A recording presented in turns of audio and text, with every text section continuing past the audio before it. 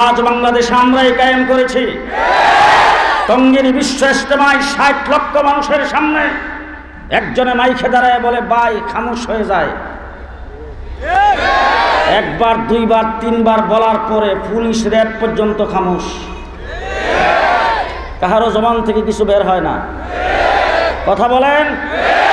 বাংলাদেশের ইতিহাস, চোর যদি জেলখানায় যাইয়া ৪ মাস খাইতে আসে, ডাকাত হয়ে বের হয়, ডাকাত জেলখানায় যায় ৪ মাস থেকে আসলে ডাকাইতের সর্দার হয়ে বের হয়, ডাকাইতের সর্দার জেলখানায় যায় ৪ মাস থেকে আসলে সন্ত্রাসের গডফাদার হয়ে বের হয়। আনেন চোর ডাকাত গুন্ডা বদমাশ আমার কাছে, আমি শাহবাগের আব্দুল হাফিজ সাহেবের মুরিদ করে তার খানকায় সালাম করবো, অথবা গাট্টি দিয়ে কাকরাইল মসজিদ নিয়ে তাবলীগ জামাতে ৪ মাসের জন্য পাঠিয়ে দেব। ৪ মাস পর আইসা আপনাদের রাস্তা দিয়ে হাঁটলে মনে হবে শাহবাগ মাদ্রাসার শাইখুল হাদিস যাচ্ছে। সেই ইতিহাস আমরা কায়েম করেছি। গোটা পৃথিবী, মাওলানা আব্দুল হাফিজ সাহেব উনি লন্ডনে বসবাস করেন, জিজ্ঞেস করে দেখেন পৃথিবীর যেখানে 100% শিক্ষিত, ওই সমস্ত দেশেও শিক্ষার কারিকুলাম সব part time, KG part time. কথা বলে না। সকাল 7টার থেকে শুরু, 12টায় শেষ। প্রাইমারি পার্ট টাইম, 10টার থেকে শুরু, 4টায় শেষ। অক্সফোর্ড বিশ্ববিদ্যালয়ের থেকে শুরু করে প্রাইমারি স্কুল পর্যন্ত সব পার্ট টাইম।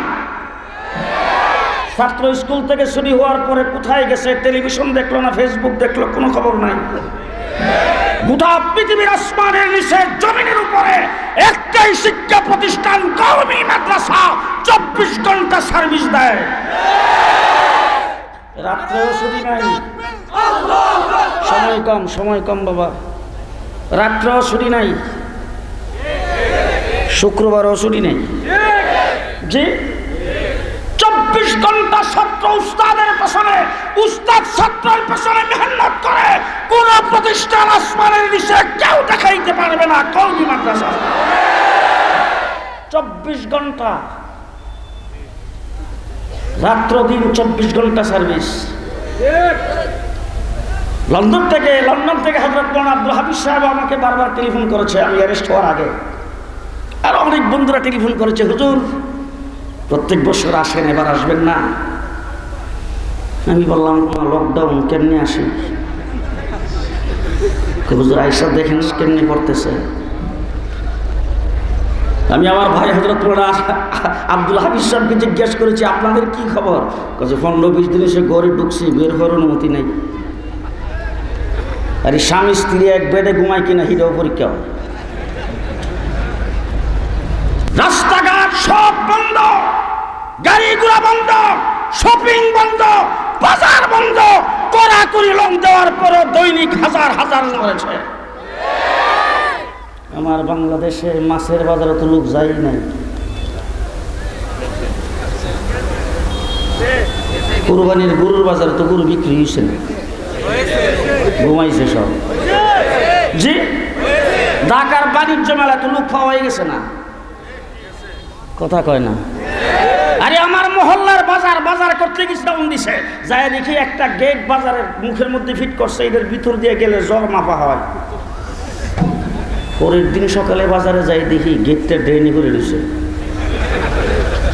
আর সাবান পানি রাখছিল একটা টেবিল দিয়া, সাবান আর পানি যে কোথায় গেছে তার খবরও নাই। কেরানীগঞ্জ ঘাট থেকে আমাদেরকে চালান করা হয়েছে কাশিমপুর। ডাউনের পরে শাটডাউন।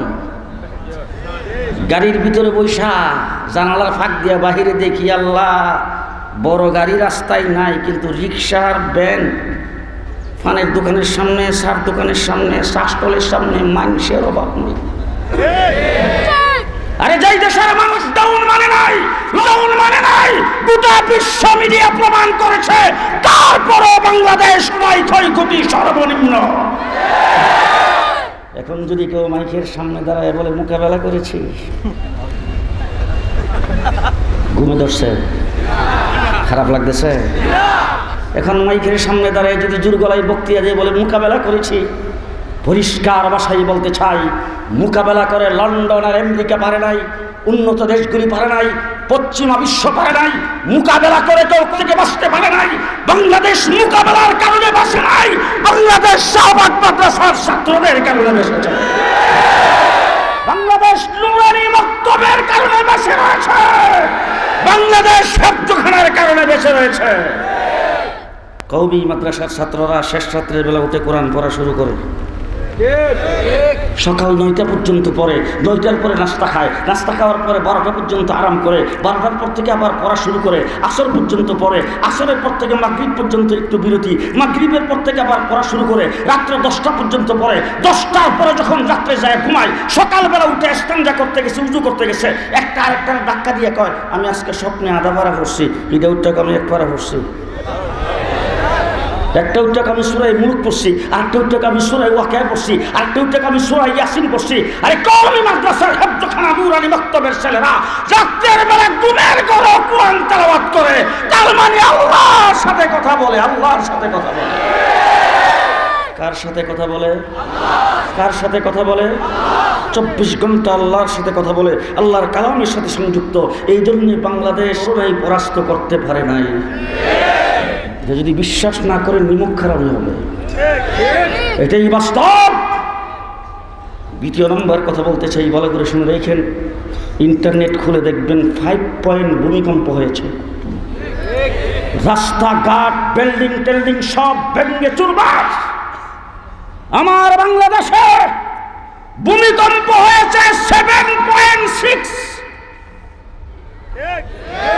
গত কয়েক বছর আগে রাত্রের বেলা ভূমিকম্প হয়েছে 7.6। একটা দেওয়ালের গায়ে ফাটা দেয় নাই, একটা ওয়াল ফাটে নাই, একটা ইট খসে পড়ে নাই। এটা মোকাবেলার কারণে হয় নাই, হেফজখানার নুরানি মক্তবের কারণে হয়েছে, কওমি মাদ্রাসার কারণে হয়েছে। 24 ঘন্টা সার্ভিস, 24 ঘন্টা সার্ভিস। আজকে আমাদেরকে ভয় দেখানো হচ্ছে, আসতেছে দুর্ভিক্ষ 2023 সালে।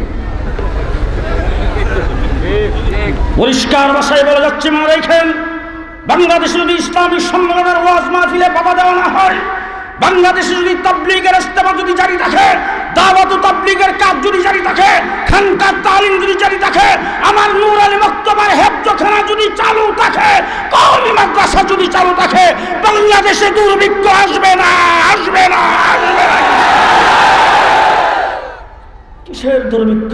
আল্লাহ পাকের সঙ্গে সম্পর্ক। 24 ঘন্টা ছোট ছোট বাচ্চারা আল্লাহ পাকের সাথে কথা বলে।